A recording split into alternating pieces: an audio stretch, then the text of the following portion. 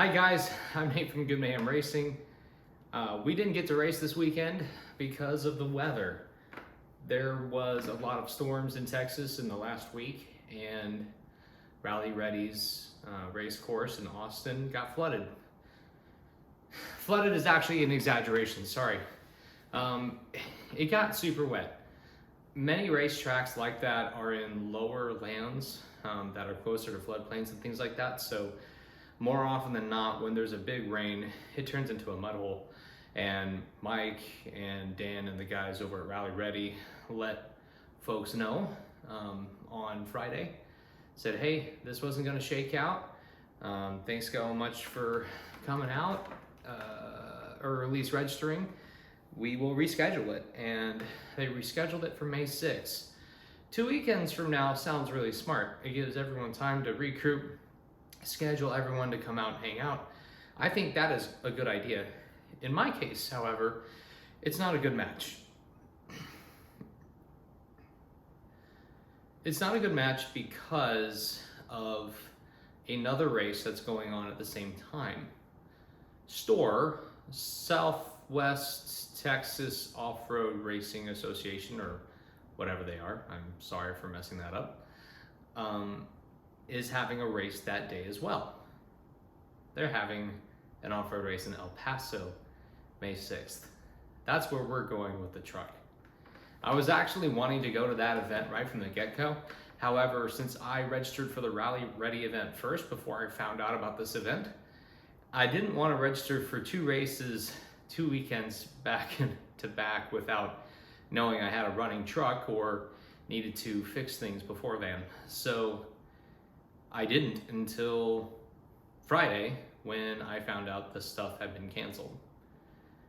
I think logistically this is much more difficult and much more expensive than where we were going to go with Rally Ready. With Rally Ready, it's a $200, $300 entry fee once you include the decals for their contingency sponsorships and stuff like that. But it's around the same cost to do the El Paso race, but you have to get there. The El Paso race for us is a much more time-consuming and costly event because we live in Houston, right? We've got a 12-hour drive to get there. We have to sleep probably 2 nights and do the race and drive home. Because of the commitment that's going on with that, we are doing the sportsman's class. Let's get our feet wet, have some experience, and have some fun. I think that we would be better served in that class for this first race because this is the closest thing you can get to a Baja style off-road racing in Texas before any of the more official races happen far, far west of El Paso. STORR, S-T-O-R-R for short, is on the east side of El Paso, and it is on not necessarily BLM land or public land, but it's on undisputed private land, meaning that it's on land that is privately owned, but no one knows who owns it, therefore it's treated as public land. So they have their 30 acres worth of property, and then they race in this open territory directly outside of that. It's a 65-ish mile loop, and the pro classes where you can make money, you will complete 5 laps, 300 miles, and the sportsmen's guys will complete 3 laps or 180 miles.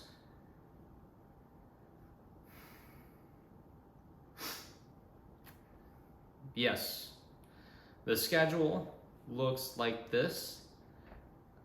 Tech and inspections is on Friday night between 6 p.m. and 10 p.m., I think.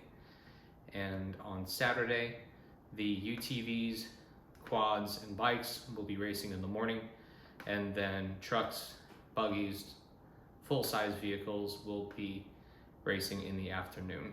So this truck is going to be racing in that larger weight class it's going to be in the 2 p.m. to midnight run, which means we need to have lights. I have one light on here right now that's useful for off-road driving, and it's on the fog light relay. So as soon as you turn on your brights, it turns off the fog lights. I think that's kind of an annoying feature that Toyota has with their products.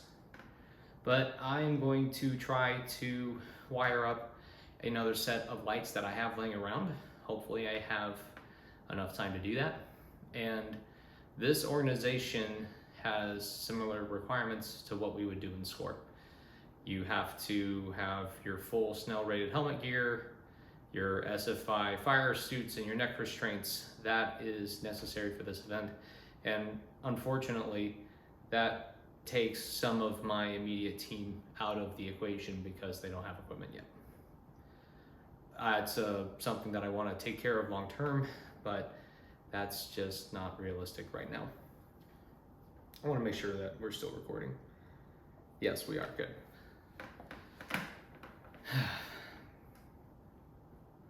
I'm nervous about this event. I'm going out of my comfort zone a little bit. I think the Rally Ready event was more approachable, I think. I think this event is a little more intense. However, on the intensity scale, let's say wheeling out on the weekend is like this, something like Toyota Jamboree is here, the Austin Rally Ready event, STORR, and then Baja is way up there, right? So from a training standpoint, we need to get experience for Baja. We need to get learning on the challenges that we're gonna have to deal with in Mexico. And Austin was a good opportunity to just learn the truck, but not learn the logistics. At El Paso, we can do both. We can learn the logistics and learn about the truck, and also the logistics around getting us there, let alone racing. So what do I need to do before this race? What does my team need to do before we go? We need to confirm all the people that can go. We're at 3 people right now, and STORR limits team caps to 7. So if you had 1 driver, 1 co-pilot, and 5 pit crew, that's it. You're not supposed to have any more in the team. So if I can figure out how to fill 2 more, 3 more people, shoot, I mean, heck, 5 more people, why not? That way one person can just sit there and chill while everyone else is doing something. I would like to do that. If you are in Texas or nearby and you want to come hang out with this race truck and what we do, and you want to help out in pits, let me know. Let's figure something out. Before you commit to that though, realize that I have only rented 2 hotel rooms. One of them's completely full, and then the other one can take a few people in it. So if you come on the trip, bets on that you might get a hotel slot, but it's kind of a 50-50 chance.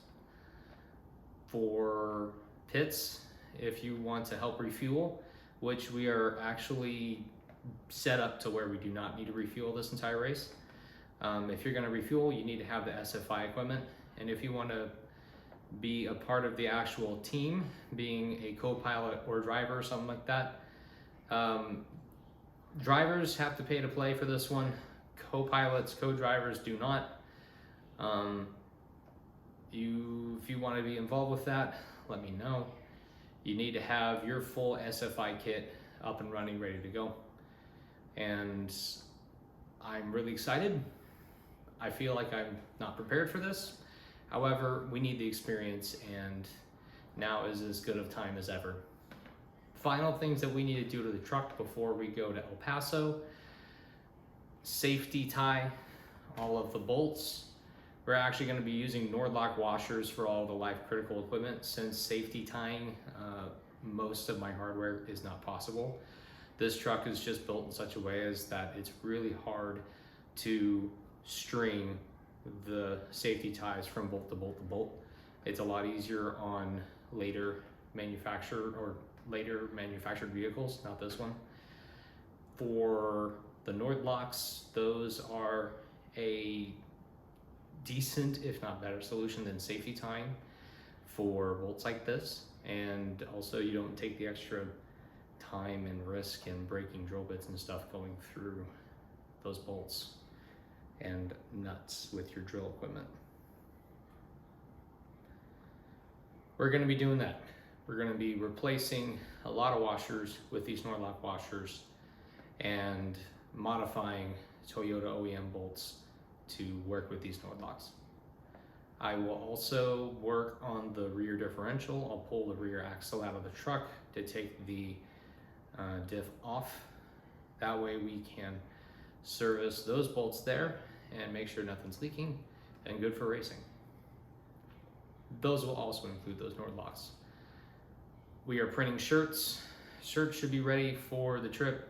We are also getting stickers because stickers are cool, and that would be great to share out in El Paso. And I'd like to give a shout out to a really cool fan, Mark Davis and his family. They went to the Rally Ready event when no one was there. So he's gonna get a lot of swag out of that. So thank you guys so much for watching. I will see you out in the desert, maybe in 2 weekends time, if not my garage. See you on the flip side. Like and subscribe for more. Bye.